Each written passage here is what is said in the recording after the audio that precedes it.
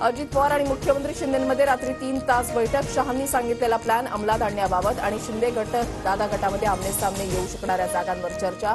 सूत्रांची माहिती.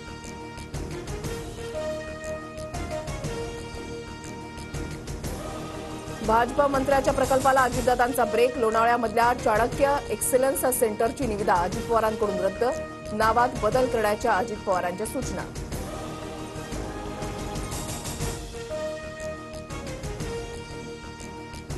नागपूरमधील लाहोरी बारच्या मालकाची संजय राऊतांविरोधात तक्रार. नागपूर अपघात प्रकरणामध्ये राऊतांकडून संकेत बावनकुळेसह तिघांवर लाहोरी बारमध्ये बीफ कटलेट खाल्ल्याचा आरोप.